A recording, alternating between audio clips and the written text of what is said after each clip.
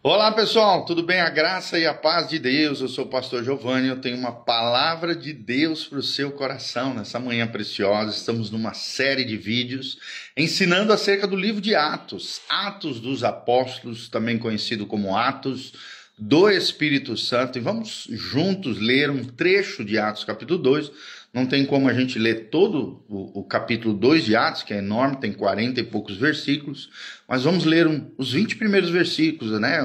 Os primeiros versículos, e aí vamos expor para você quais são as principais lições, ensinamentos preciosos que nós podemos aprender a partir do segundo capítulo do livro de Atos, tá bom? Atos 2 diz: ao cumprir-se o dia de Pentecostes, estavam todos reunidos no mesmo lugar. De repente, veio do céu um som, como de um vento impetuoso, e encheu toda a casa onde estavam assentados.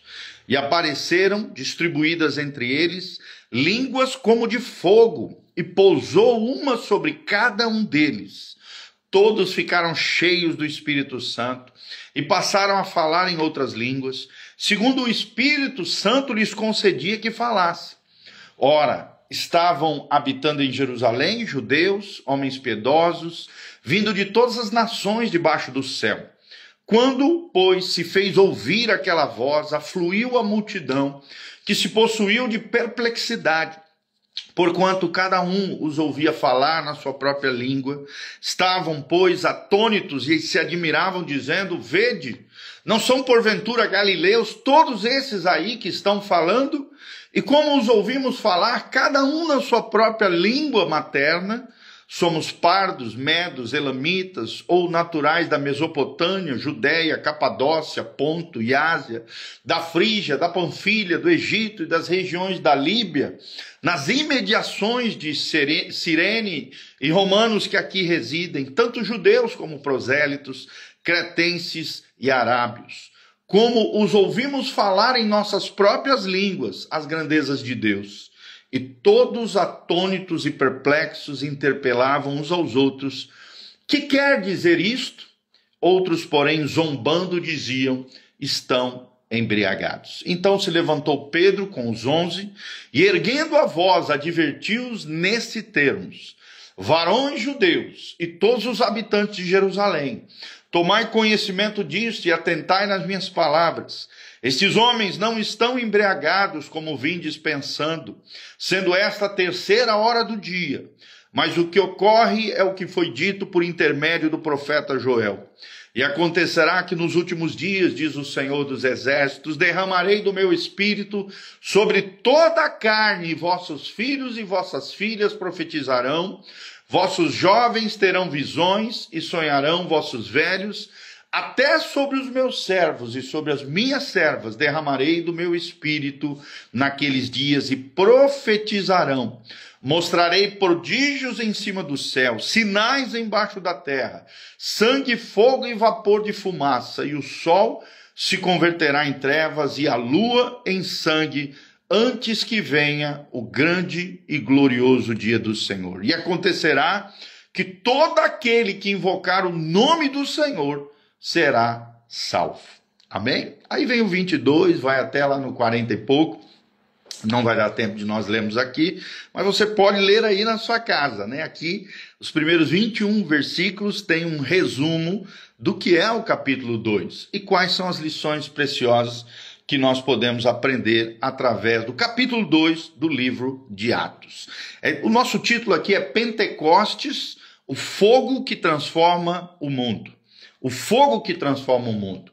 E é interessante, né? Atos 2 é o coração pulsante da igreja cristã. Na verdade, é o marco do início da era da igreja, da dispensação da graça.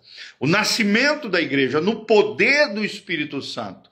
Aqui nós vemos cumprida a promessa de Jesus, descrita lá em Atos 1:8, tornando-se realidade explosiva no meio da igreja. Pentecostes não é um evento isolado, mas um modelo divino para a igreja de todos os tempos, uma igreja cheia do Espírito, fundamentada na palavra, transformadora da sociedade.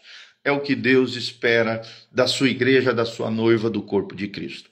Primeiro pontinho, o cenário sobrenatural do derramamento. O cenário sobrenatural do derramamento, de 1 a 13. De repente, veio do céu um som como de um vento impetuoso, diz o versículo 2. Nós vemos aqui no versículo 1 o contexto da espera obediente. Os 120, incluindo mulheres, Maria, os irmãos de Jesus, estavam unidos e perseverantes em oração.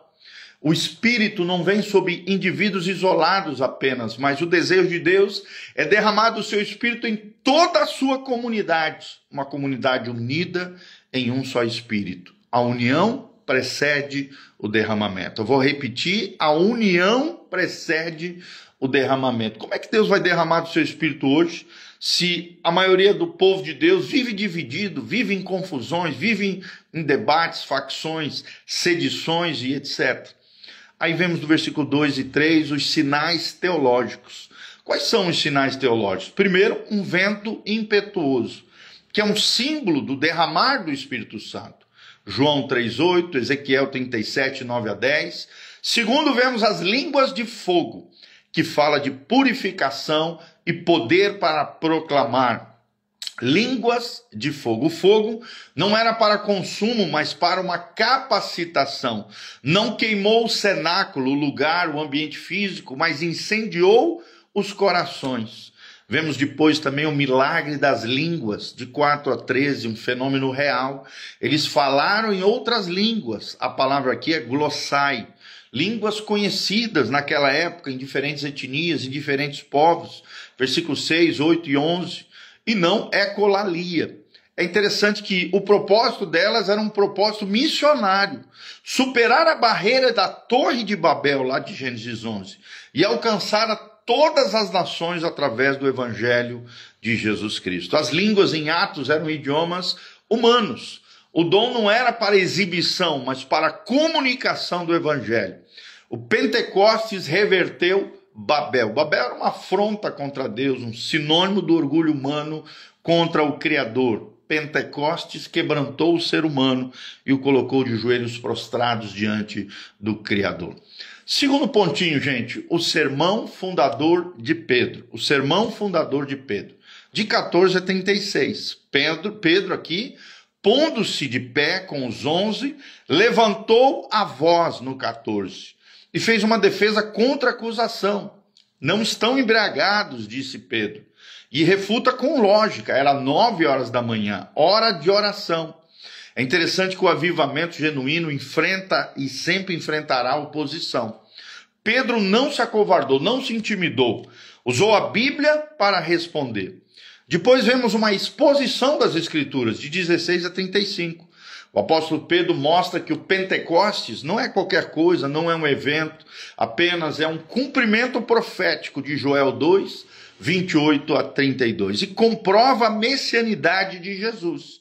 A morte de Jesus, descrito no versículo 23, entregue pelo determinado desígnio de Deus, fala da ressurreição de Jesus, do 24 ao 32, citando o Salmo 16, Davi havia profetizado sobre o Cristo que ressuscitaria, fala da exaltação do 33 a 35, ele que agora está exaltado à direita de Deus, conforme o Salmo 110, versículo 1. Pedro pregou Cristo ressuscitado, crucificado, glorificado. E avivamento sem Cristo é entretenimento emocional.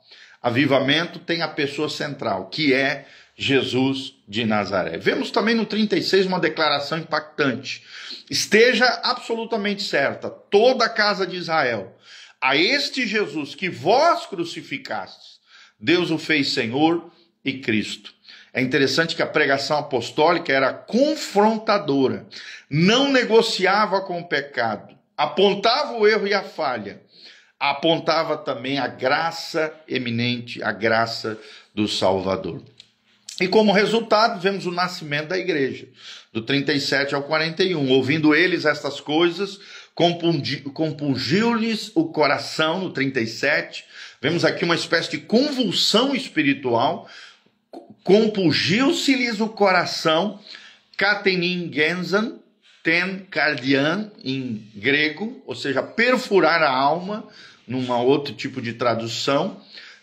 seria o significado desse termo, compungiu-se-lhes o coração, ou seja, a pregação ungida pelo Espírito Santo gera convicção de pecado do pecador. E sem arrependimento não há avivamento. A maior marca de um verdadeiro avivamento é o arrependimento. A resposta exigida está no 38. Arrependimento, batismo e o dom do Espírito Santo. Arrependimento, metanoia no grego, significa mudança radical de mente e de direção, que é o que a gente chama de conversão. E depois o batismo, que é uma confissão pública de fé, conforme nos ensina aqui o texto sagrado. Vemos o dom do Espírito Santo, a promessa para todos os crentes, lá em Atos 2,39.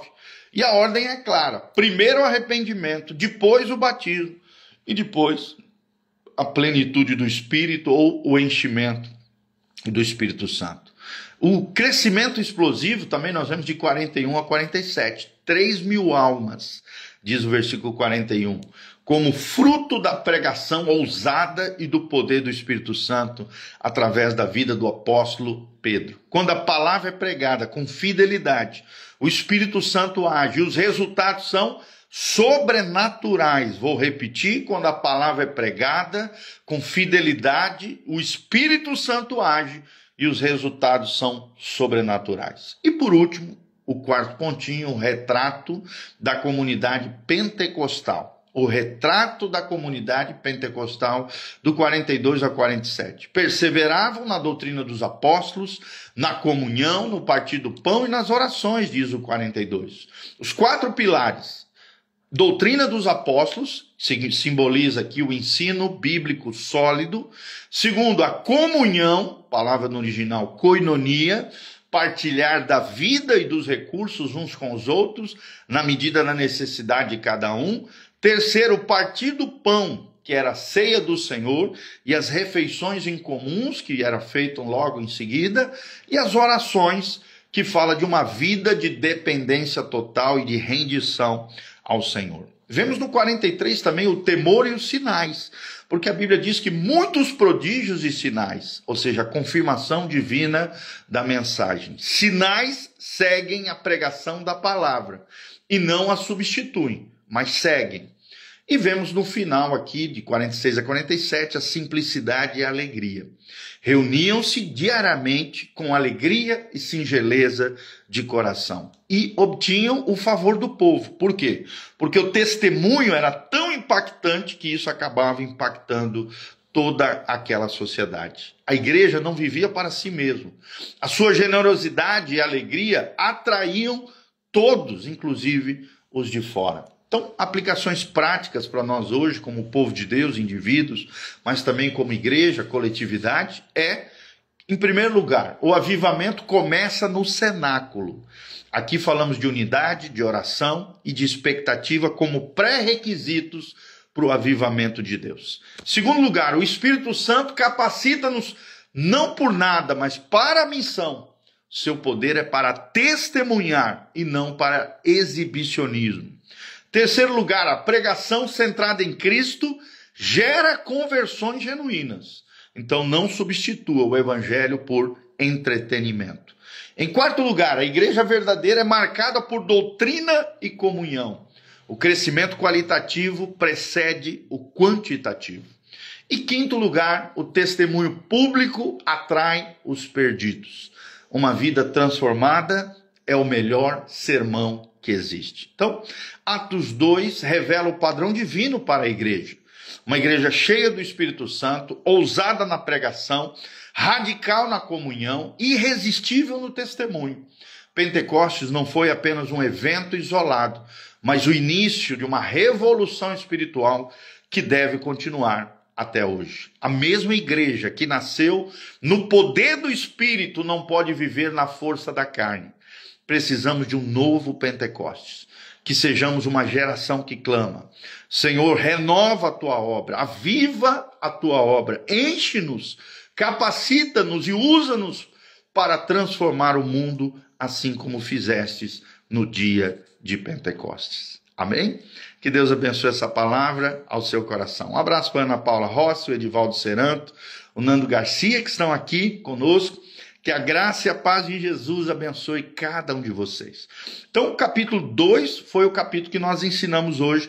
Se você chegou no finalzinho, assista novamente. Esse vídeo vai ficar disponível para você aqui no nosso Instagram, Facebook, YouTube, Spotify, Igreja Casa na Rocha, Pastor Giovanni Júnior. Só colocar aí no Google, aparece todas as nossas mídias sociais. Tá bom, queridos? Então, continue conosco, conectados conosco. Começamos ontem, Atos capítulo 1, hoje Atos capítulo 2, amanhã Atos capítulo 3, e assim por diante. Cada dia vamos avançando, dia a dia, aprendendo coisas preciosas, maravilhosas, através do livro de Atos. Atos do Espírito Santo, Atos dos Apóstolos. Aqui no link da descrição também tem todas as informações do nosso ministério, endereço da igreja, horário de culto, as nossas redes sociais, as informações para contribuições, generosidade, se você sentir no seu coração. E também não esqueça de dar um joinha, apertar no sininho, apertar no hype aqui para que a gente cresça cada dia mais, esse vídeo chegue mais longe, alcance mais pessoas, mais corações, em nome de Jesus. Eu sou o pastor Giovanni. Que a graça e a paz do Senhor esteja sobre você. Pai, nos ajude, Pai, a vivermos Atos 2 na nossa vida. Ali marca o início da tua igreja, mas a tua igreja continua, Pai, operando nos dias de hoje. Aviva a tua obra, aviva o teu povo, manifesta a tua graça, a tua unção sobre nós, nos capacita com o Espírito Santo, gera unidade, que possamos caminhar no sobrenatural, no poder de Deus, orando em línguas, orando, Pai, no Espírito Santo, sendo cheios da tua graça, do teu óleo, Pai, da capacitação do Senhor, a fim de que outras pessoas creiam no Evangelho, sejam transformadas, a nossa sociedade seja restaurada e transformada pelo poder de Deus através da tua igreja. É o que nós te pedimos de todo o coração. Levanta o caído, cura o enfermo, sara o ferido, restaura o teu povo, traz a resposta, opera o milagre. Ó Deus, dentro das necessidades de cada um, envia os teus anjos, Pai, operando milagres e maravilhas e derramando a tua graça, a tua glória, a tua presença poderosa sobre eles. É o que nós te pedimos de todo o coração, em o nome de Jesus. Amém e amém. Grande abraço, Deus os abençoe. Louvado seja o nome do Senhor. Amém e amém. Valeu.